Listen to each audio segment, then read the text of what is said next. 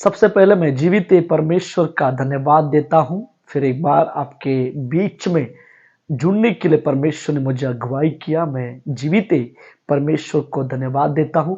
कल हमने हवा के विषय में हमने जाना था और काफी लोगों का अच्छा प्रतिसाद हमें मिला है और काफी जगह ये वीडियो फैल रहा है और सभी लोग आशीषित हो रहे हैं। मैं प्रभु का धन्यवाद देता हूँ और जिन्होंने नहीं देखा है वो भी आप उस वीडियो को देखिए, प्रभु आपको भी आशीष देगा। और आज जो हम जिस विषय से हम बात करने जा रहे हैं, सारा के विषय में हम बात करने जा रहे हैं। अभी हम देखेंगे कि सारा कौन थी। सारा जो है हरान की बेटी थी, सारा जो है अब्राहम की पत्नी थी और सारा जो है इसहाक की मां थी। अभी हम आगे जाएंगे, उसने क्या किया, सारा ने क्या किया, हम उसके विषय में मनन करेंगे। सारा जो है ऊर नामक शहर में, यानी ऊर नामक एक फलते फूलते शहर में रहती थी। वहां पर उसे किसी चीज की कमी नहीं थी।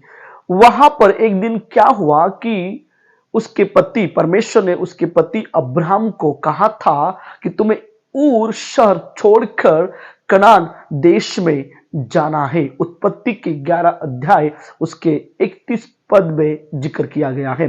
परमेश्वर ने वायदा किया था कि वह उन्हें आशीष देगा और उनकी संतान से बड़ा राष्ट्र बनाएगा। उत्पत्ति उसके 12 अध्याय 1 से लेकर 5 तक में जिक्र किया गया है।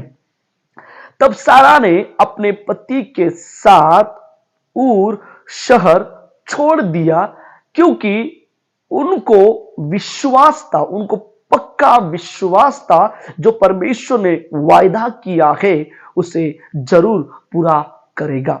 उस समय लगभग सारा की उम्र जो थी 65 साल की सारा थी। क्योंकि मैं इसलिए बोल रहा हूं, जब परमेश्वर ने अब्राहम को चुना था तो उस समय जब परमेश्वर ने अब्राहम को बुलावट दिया था, उत्पत्ति के 12 अध्याय में वहां पर अब्राहम की आयु लिखी हुई है। जो वहां से अपने घर से निकला था तो 75 एज का, यानी 75 साल का अब्राहम था।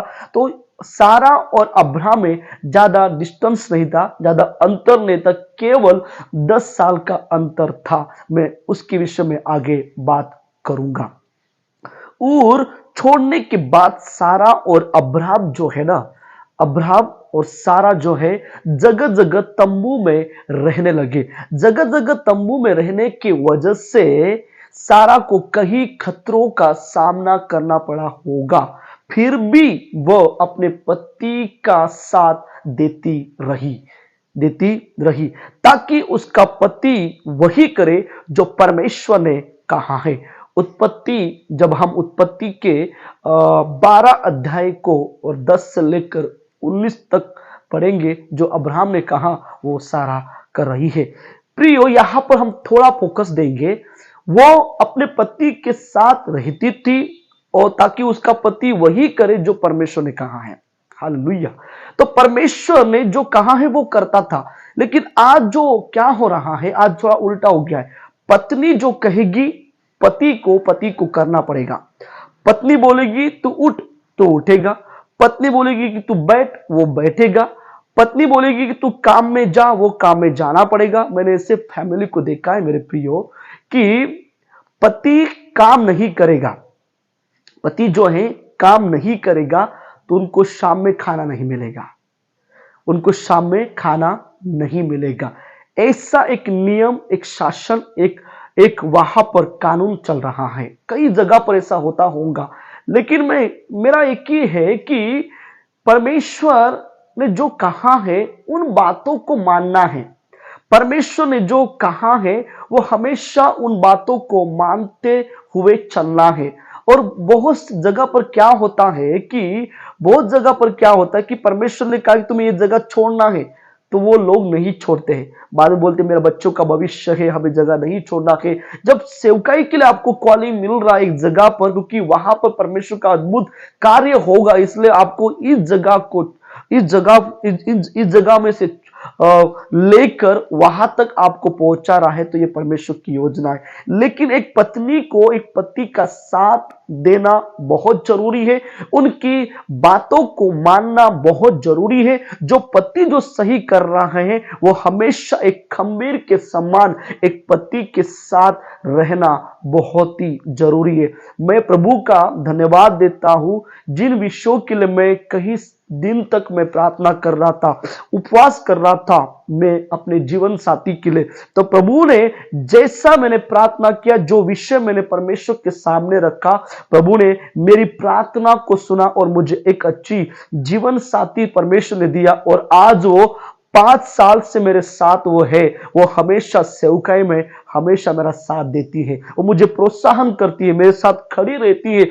ये एक जीवन है, ये है एक ये सफर है। ये सफर में एक पत्नी का भी साथ पति को होना बहुत जरूरी है। मैं उन बहनों को सलूट करता हूं, उन बहनों को मैं याद करता हूं, आज भी वो पति के साथ विश्वास में हो, सेवकाई में हो, चर्च में हो, संगति में हो, घरों में हो, हर कामों में हो, उनका साथ वो हमेशा देती है। मैं उन बहनों को मैं सलूट करता हूं। आप ऐसे ही कंटिन्यू करते रहिए, प्रभु आपके जीवन में और भी अद्भुत मिराकल करेगा और आपके लिए परमेश्वर की ओर से एक अच्छा प्रतिफल परमेश्वर ने रखा है। तो जैसे सारा ने अब्राहम का साथ दिया है, वैसे एक पत्नी को भी एक पति का साथ देना है, चाहे वो सुख में नहीं, दुख में भी उनका साथ देना है। बहुत से लोग क्या करते हैं, जब सुख है तो बहुत से लोग साथ देते हैं, जब दुख का समय आता है तो उसे भूल जाते हैं, उसे छोड़कर जाते हैं। ऐसे में लोगों को देखा है कि जो जिन्होंने डिप्रेशन में आकर आत्महत्या किया है, ऐसे पति लोगों को मैंने देखा है। तो प्रिय, मेरी विनंती है कि हर अंत तक उसके साथ बने रहिए, केवल पत्नी को नहीं तो पति को भी उनके साथ रहना है। जब हम शादी करते तो हम वायदा करते कि मैं मरते दम तक मैं तुम्हारे साथ खड़ी रहूंगी। जब वो समय आता है तो हमें उन्हें छोड़कर नहीं जाना है। हर परिस्थिति में, हर वक्त में पति और पत्नी दोनों भी एक में के साथ हमें खड़ा रहना है।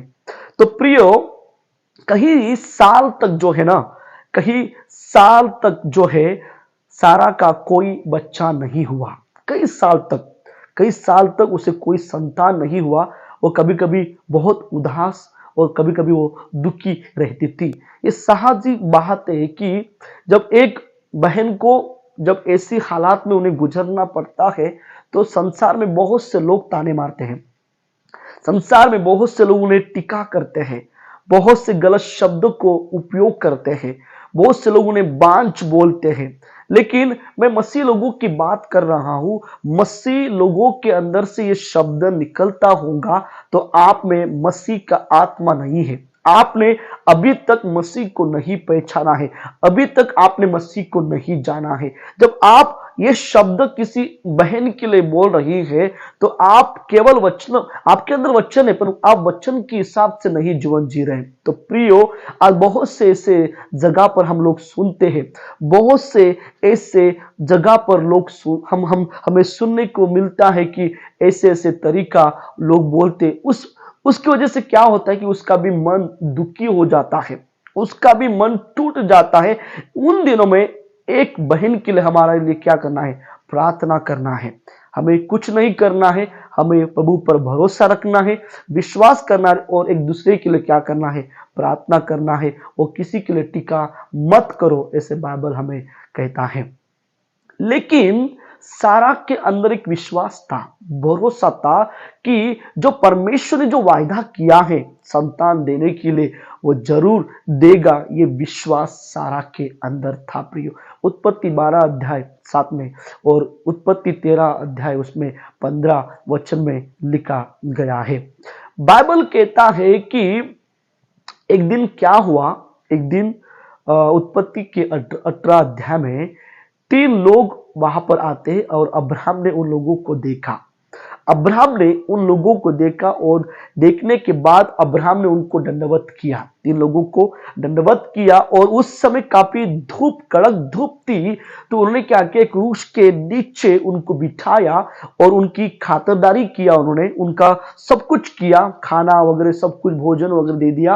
और भोजन खाने के बाद वो जब तृप्त हो गए थे, तृप्त होने के बाद उसने कहा अब्राहम से कहा कि सारा कहाँ है। वो कि सारा थोड़ा बगल में थी, उस दीवार के पार थी, द्वार के पार थी, पर लेकिन अब्राहम के पीछे थी, वो सुन रही थी। तो वहां पर उसने कहा कि वसंत ऋतु में अब्राहम और सारा का एक संतान होगा, ऐसे परमेश्वर ने कहा है। अब्राहम और सारा से एक संतान होगा, क्योंकि वहां पर जो है ना, अब सारा की जो मानसिक जो धर्म था वो बंद हो गया था। सारा बुढ़ी थी और उसका धनी भी अब्राहम भी था, एक बुढ़ा था। तो वहां पर जब उसने इस बातों को सुनने के बाद जो उसने मन मन में हंसने लगी, सारा जो है मन मन में हंसने लगी।